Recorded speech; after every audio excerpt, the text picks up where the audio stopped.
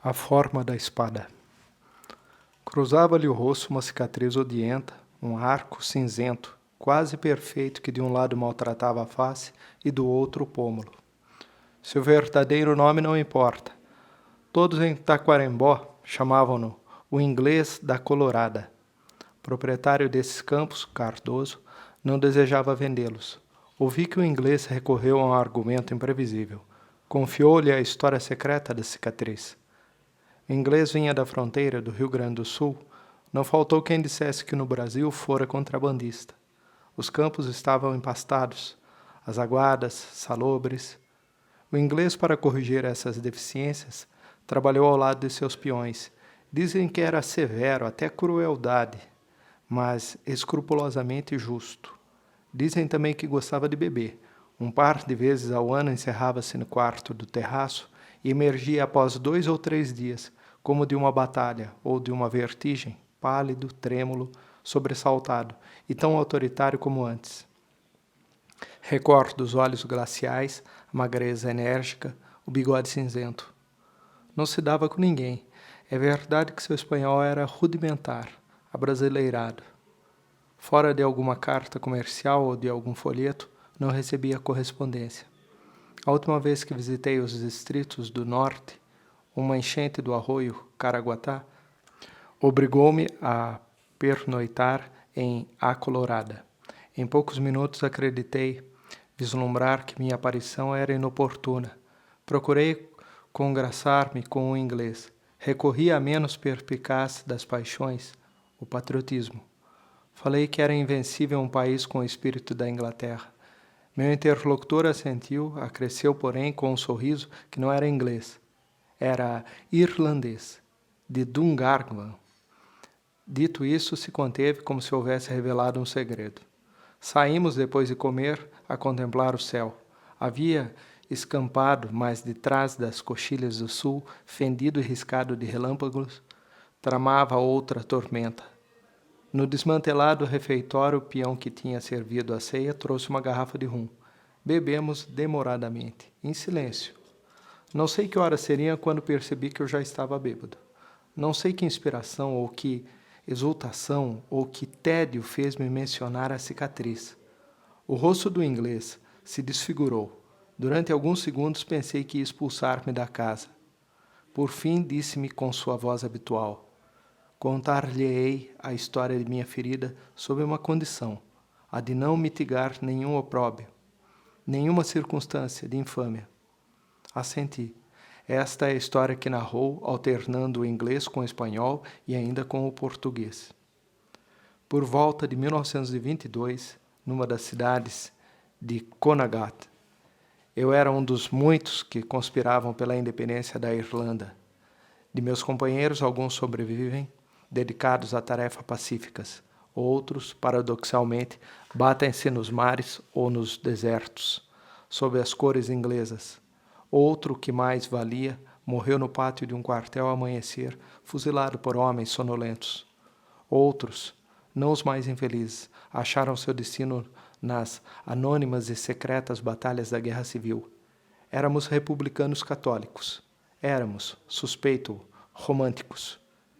Irlanda não somente significava para nós o porvir utópico e o intolerável presente. Era uma amarga e carinhosa mitologia. Eram as torres circulares e os lodaçais vermelhos. Era o repúdio de Parnell e as imensas epopeias que cantam o roubo de touros, que noutra encarnação foram heróis, e noutras peixes e montanhas. No entardecer que não esquecerei, chegou-nos um partidário de Munster, um tal John Vincent Moon. Tinha escassamente 20 anos. Era ao mesmo tempo magro e fofo. Dava a impressão incômoda de ser invertebrado. Percorrera fervoroso e com vaidade quase todas as páginas de não sei que manual comunista. O materialismo dialético servia-lhe para fechar qualquer discussão. As razões que pode ter um homem para abominar outro ou para estimá-lo são infinitas. Moon reduzia a história universal a um sórdido conflito econômico. Afirmava que a revolução está predestinada a triunfar. Falei-lhe que a um gentleman apenas pode interessar-lhe causas perdidas. Já era noite. Continuamos desentendendo-nos no corredor, nas escadas, depois nas despovoadas ruas. Os juízos emitidos por Moon me impressionaram menos que seu inapelável tom apotídico. O novo camarada não discutia, lançava seus ditames com desdém e com certa cólera. Quando alcançamos as últimas casas, um brusco tiroteio nos aturdiu. Antes ou depois, margeamos o sombrio paredão de uma fábrica ou de um quartel. Internamo-nos numa rua sem calçamento. Um soldado enorme no resplendor surgiu de uma cabana incendiada. Aos gritos mandou que nos detivéssemos. Apressei meus passos, meu companheiro não me seguiu. John Vincent Moon estava imóvel, fascinado e como eternizado pelo terror. Então volvi, derrubei de um golpe o soldado, sacudi Vincent Moon, insultei-o e ordenei-lhe que me seguisse. Tive que tomá-lo pelo braço, a paixão do medo o invalidava. Fugimos entre a noite perfurada de incêndios. Uma descarga de fuzis alcançou-nos. Uma bala roçou o ombro direito de Moon. Este, enquanto fugíamos, entre pinheiros, prorrompeu num débil soluço. Naquele outono de 1922, refugiara-me na quinta do general Berkeley. Este, a quem nunca havia visto, desempenhava então não sei que cargo administrativo em Bengala. O edifício tinha menos de um século, mas era deteriorado e opaco e possuía muitos corredores suspeitos e antecâmaras vazias.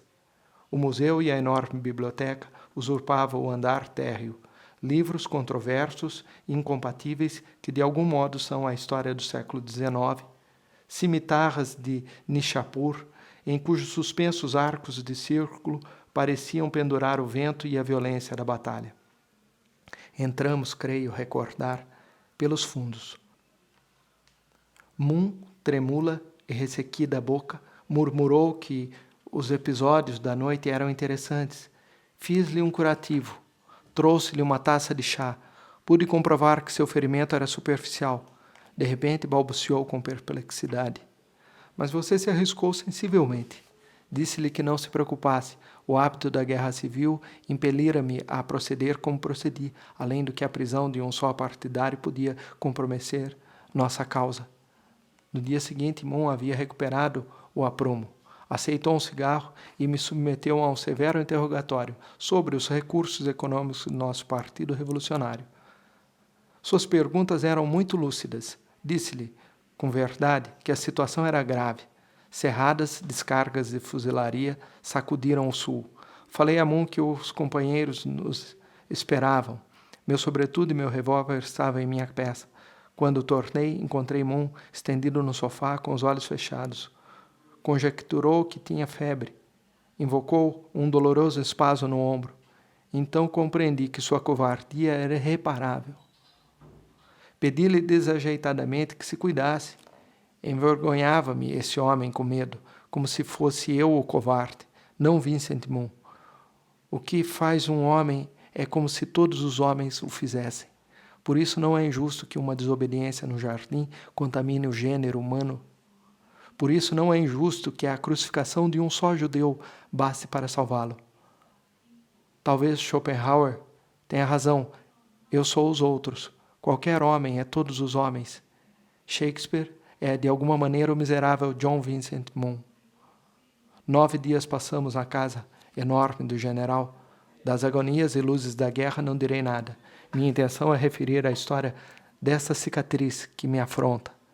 Esses 9 dias, na minha lembrança, formam um só dia, salvo o penúltimo, quando os nossos irromperam num quartel e pudemos vingar exatamente os 16 camaradas que foram metralhados em Elfim.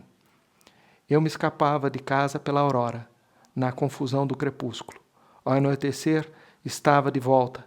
Meu companheiro aguardava-me no primeiro andar. Ferimento não lhe permitia descer ao térreo. Rememoro-o com algum livro de estratégia na mão, F.N. Maud ou Clausewitz.